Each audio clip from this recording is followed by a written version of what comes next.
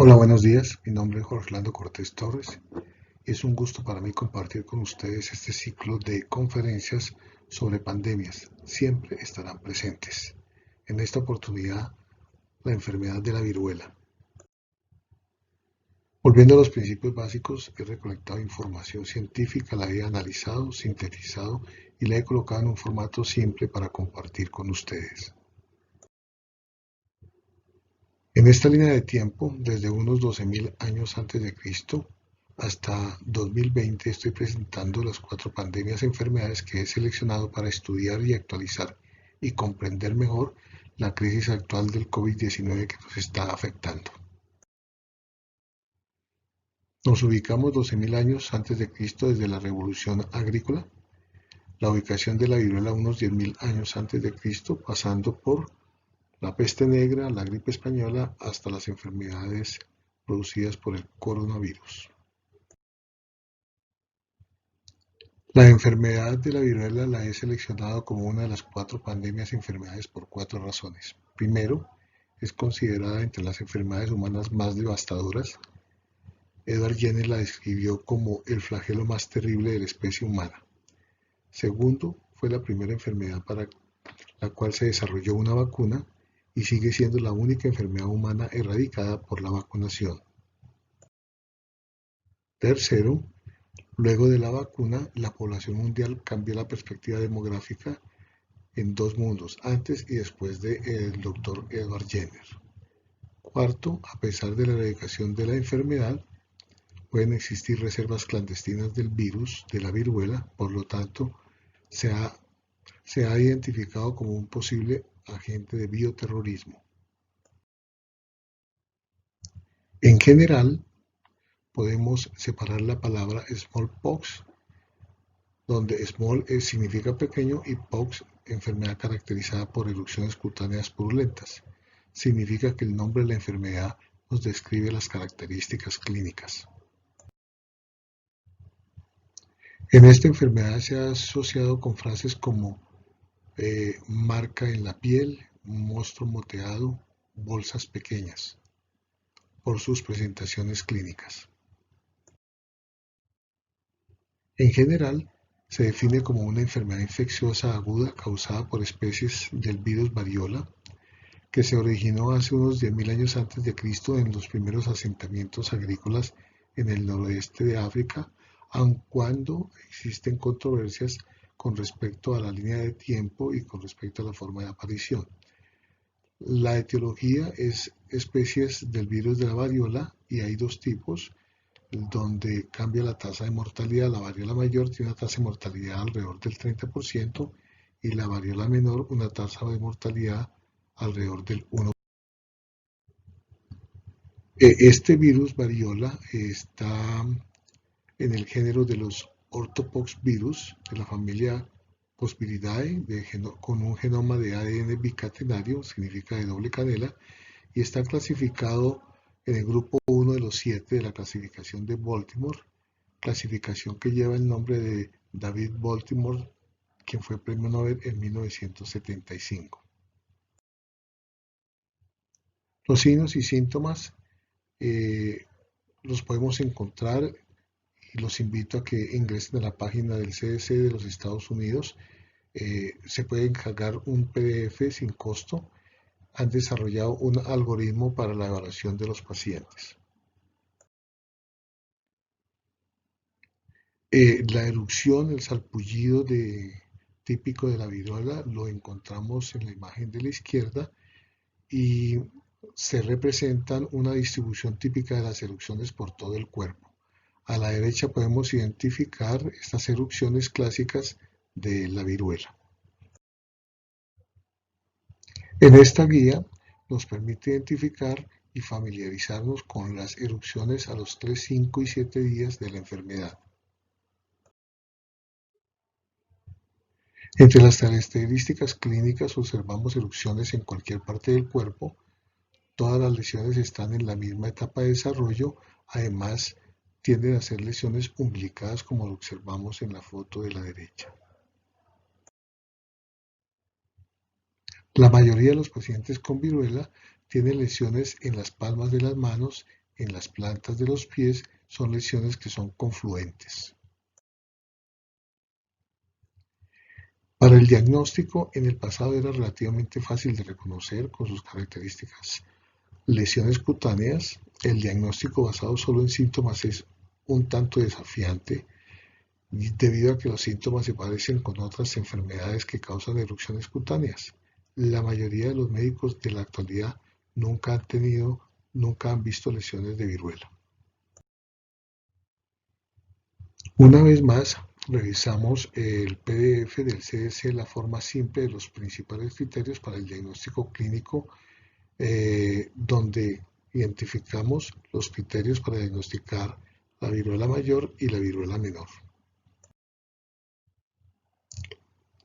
Es importante resaltar que se necesita de un diagnóstico clínico rápido y preciso, debido a que cualquier retraso podría llevar a un aumento en el número de pacientes infectados en caso de una liberación.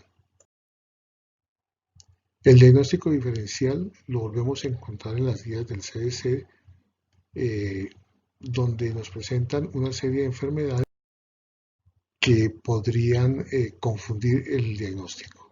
La varicela, el herpes zóster diseminado, el empético, erupciones por medicamentos, dermatitis de contacto, eritema multiforme menor, eritema multiforme, incluido el síndrome de Stevens-Johnson, y bueno. Además, es importante, y esto es un principio básico, debemos diagnosticar el estado del paciente con respecto al riesgo, si es de alto, moderado y bajo riesgo. Por ejemplo, de alto riesgo, el pródromo es febril y tiene una lesión clásica de viruela y lesiones en la misma etapa de desarrollo como vimos anteriormente. De riesgo moderado, que necesita una evaluación urgente, el pródromo es febril y hay otro criterio de viruela mayor o presenta más igual o mayor a 4 criterios de viruela menor. Y los de bajo riesgo, puede que no exista un prodromo febril o que haya un prodromo febril y existan menos de 4 criterios de viruela menor. El diagnóstico por técnicas moleculares, hoy día con máquinas portátiles que pueden correr el PCR en tiempo real y reactivos liofilizados permiten en un mismo momento identificar separadamente virus de la variola, el virus de la viruela del mono, el virus de la viruela de las vacas, el virus vaccinia relacionado. Sin embargo, hoy día el estado de arte exige una prueba o exige y permite una prueba genérica para toda la familia del género de los ortopoxvirus y una prueba específica del virus de la variola.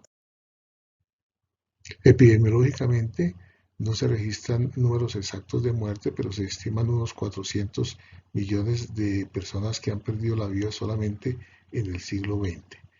La variola mayor, como vimos anteriormente, tiene una tasa de mortalidad del 30% y la variola menor una tasa de mortalidad alrededor del 1%. Sin embargo, las tasas de mortalidad para la hemorrágica de individuos no vacunados es superior al 97%. La propagación, el virus ingresa al cuerpo por inhalación de microgotas derramadas del tracto respiratorio de personas infectadas que tienen contacto cara a cara con los pacientes durante los primeros 7 días de la enfermedad. Aquí los aerosoles juegan un papel muy importante. Otra forma de propagación es el contacto con la piel, lesiones cutáneas directamente con las erupciones y también a través de fluidos corporales o material directo de la viruela. También se ha relacionado con las guerras, con las conquistas y con la densidad poblacional. En la demografía mundial, antes de la vacunación se denomina pre-Jenner, 14 de mayo de 1796. En el curso de varias generaciones, de 1000 nacimientos, un tercio de los sujetos morían entre el 1 y los 3 años de edad y un tercio entre los 1 y los 18 años de edad. En el mundo de la demografía, y con la vacunación de Jenner, esto lo cambió en dos grandes grupos, antes y después de Jenner. Podemos revisarlo y comprenderlo en esta gráfica donde nos muestra que en el año cero aproximadamente unos 300 millones de habitantes, para el año 1000 310 millones de habitantes, es decir, seguía la población más o menos en las mismas circunstancias. 500 años después, en el año 1500, se contaba con 500 millones de habitantes, y en el año 1800, es decir, cuando el doctor Edward Jenner descubre la vacuna, que el 14 de mayo de 1796 habían aproximadamente 980 millones de habitantes, y a partir de ese momento en solo 280 años, es decir, para el año 2000 se tienen aproximadamente unos 7.800 millones de habitantes.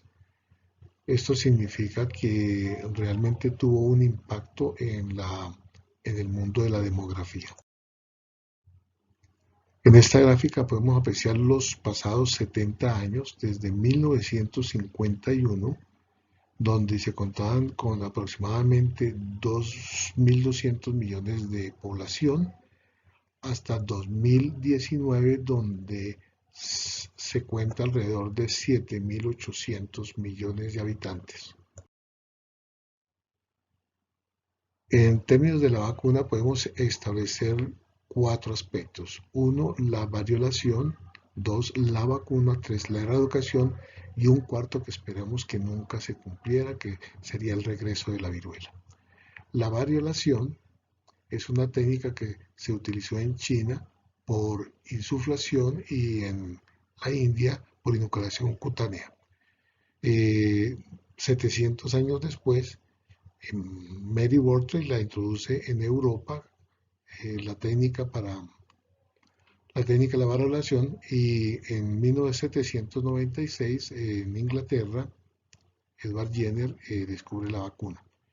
En 1980, 280 años después, la OMS declara erradicación de la enfermedad, y el cuarto punto que esperemos que nunca lo tengamos que colocar.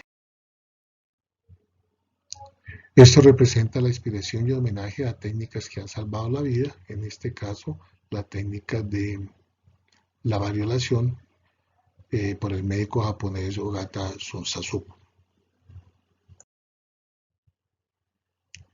El libro publicado por el Dr. Jenner, otra vez, 14 de mayo de 1796, él raspó el exudado, el pus de las pústulas de las ampollas de la mano infectada de Sarah Helmes, aquella lechera, y que se ha infectado con las ubres de la vaca Blossom. Esto fue y lo inoculó en el niño Philip, y pudo demostrar que tuvo una enfermedad leve, y que posteriormente, cuando lo volvió a infectar con viruela, no desarrolló ninguna enfermedad porque estaba inmune.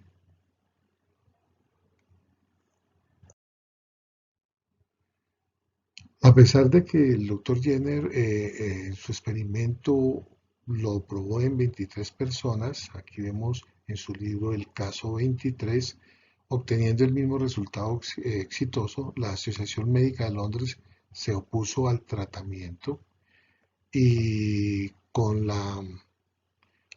el argumento que las personas podrían terminar pareciéndose un poco al ganado vacuno.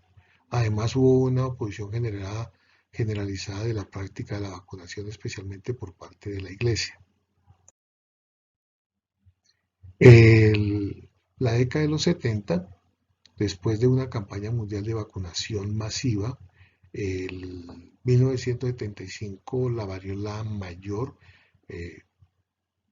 ya se declaró erradicada por la OMS, en 1977 la variola menor, y en 1980 oficialmente, el 8 de mayo, la OMS declara erradicada esta enfermedad. La revista de la OMS que representa la pancarta "La viruela está muerta".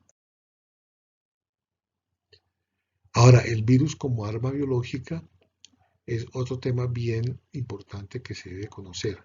Aunque es posible que la peste de Atenas haya sido un episodio de bioterrorismo, el primer ejemplo documentado del uso del virus de la viruela para la guerra con gérmenes se usó por parte de los ejércitos ingleses contra los indios norteamericanos que colaboraban con el ejército francés.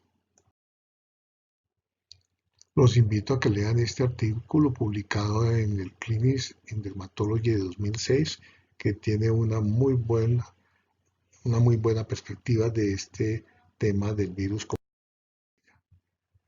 En 1763, el general inglés Sir Geoffrey Antres, al mando de un ejército inglés en una guerra contra los franceses en los Estados Unidos, practicó la guerra biológica con la viruela, dando instrucciones de que las mantas de un hospital de viruela deberían ser donadas a los indios americanos que habían luchado con el ejército francés en contra del ejército inglés. Este general fue ennoblecido por la corona británica, concretamente por el rey Jorge III, como premio a su destacada actuación en América, siendo además nombrado como primer barón de Angers. Luego de su incorporación en 1759, el pueblo recibió el nombre de Angers en homenaje a este general Geoffrey Angers, barón de Angers, héroe de guerras contra los franceses y los indios. Este es el pueblo de Angers en Massachusetts, información tomada de Wikipedia. La viruela como bioterrorismo es otro tema que es necesario abordar. Gracias a un exitoso esfuerzo de vacunación mundial en el siglo XX, la viruela fue erradicada y desde 1977 nadie ha contraído la viruela naturalmente. Sin embargo, una liberación intencional del virus, bacterias u otros gérmenes pueden enfermar, matar personas, ganado o cultivos, y esto pues son actos de bioterrorismo que, como ustedes pueden ver ingresando a la página del CDC de los Estados Unidos, es necesario ponernos en actualidad y en contexto. Aunque existan varias vacunas, la amenaza de que se use el virus de la variola como arma biológica aún permanece. La viruela en la era posterior a la erradicación es el título de este artículo publicado en enero de este año de 2020, donde resalta los avances de la biología sintética que han permitido producir partículas infecciosas del poxvirus a partir de productos químicos in vitro, por lo cual ahora es posible reconstruir el virus de la viruela. Este artículo revisa el estado de la viruela en la era posterior a su erradicación. En mayo de 2018, la FDA votó a favor de riesgo-beneficio de la vacuna TPO-XX y en julio de 2018 la FDA aprobó este TPO-XX para el tratamiento del smallpox. Esta es la ficha técnica de la casa matriz que la produce, donde muestra los mecanismos de acción, la eficacia de este TPO-XX contra una amplia gama de ortovirus. Se mostró en varios modelos de animales, incluido el virus de la variola, en primates no humanos. En esta secuencia se puede ver el momento donde se utilizaría esta vacuna. El día 1, donde inicia la infección; día 4, la fase prodrómica, la incubación hasta el día 14, tenemos un estado infeccioso del día 14 al día 20 y luego pues la evolución de la enfermedad y el momento en que se aplicaría este medicamento. La licencia del TPOXX representa un logro notable por tres razones. Primero, es el primer medicamento con licencia contra la viruela. Segundo, es el primer medicamento con licencia contra una enfermedad extinta. Tercero, es el primer medicamento con licencia para uso humano que se basa completamente en datos de eficacia en animales. Finalmente, debo recordarles que el virus de la variola todavía está en la Tierra. Bueno, esto ha sido todo por hoy. Espero que haya sido de su agrado. Los invito a que se suscriban al canal y esperen pronto la parte 3.